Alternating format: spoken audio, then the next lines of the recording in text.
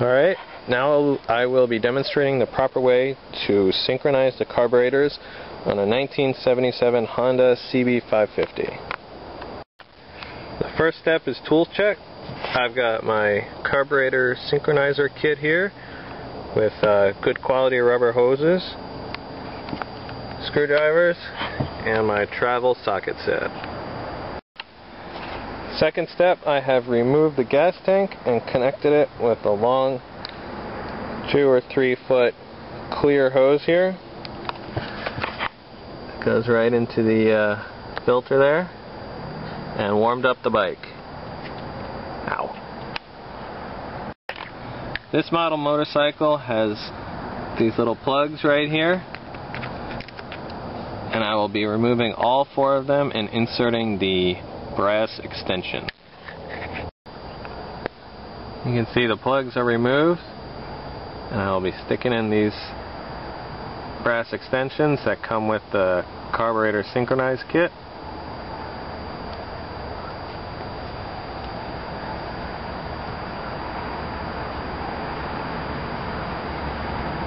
That's 1, 3 to go. This is what the bike looks like with the extensions. You got 1, 2, 3, 4. Now connect up your hoses like so and put it on your bike here. Now it's very important to connect each hose that corresponds to each dial with the number cylinder. So this here is my number 4. I'm going to connect it right here. Where are you? Oh, yeah, right here, the number 4 cylinder. Now that we have all the hoses hooked up, it's time to start the bike and see what she reads.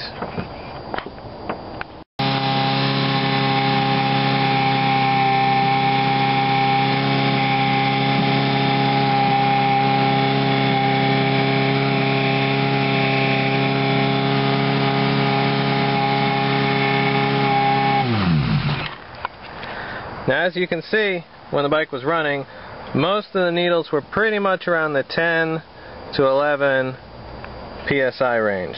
That's what you want. You want the needles to be the same. It doesn't really matter where they are on the gauge, just as long as they're the same.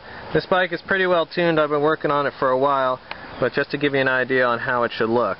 Some of these gauges come with little red indicators. This one says late valve timing or leak at intake manifold or heat riser. I don't pay too much attention to that.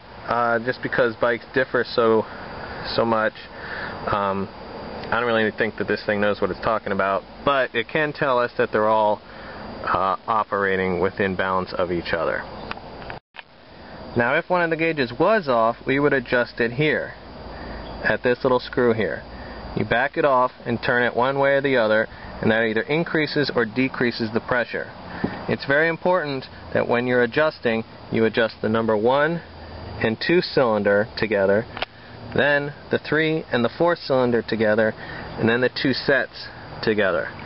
That way you will get a truly balanced reading. And remember, after every time that you turn it even a slight amount, you need to blip the throttle a little bit. Just this, just a little blip. And that will give you a proper reading as well. Now I will give you an example of what the gauges look like when you adjust them. You'll notice that when I turn this screw in here, the gauge will change.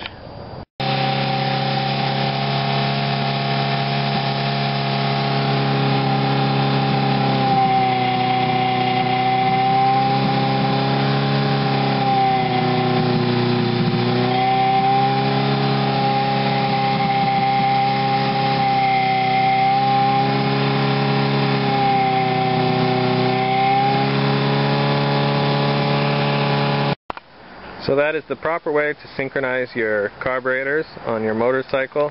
The procedure is pretty much the same for all carbureted Japanese motorcycles. What a lot of guys like to do is they like to put a shop fan or a window fan in front to keep your air-cooled engine cool while you're doing this. It's kind of a brisk day down here in Tallahassee, and so I don't mind not doing it. Also, I don't happen to have one. But it's a good idea to keep your engine cool. And so that's about it. Some people do it differently. If you guys have any questions or suggestions on how I could do this procedure with a little bit more accuracy, go ahead and leave them in my comments. Otherwise, good luck and safe riding.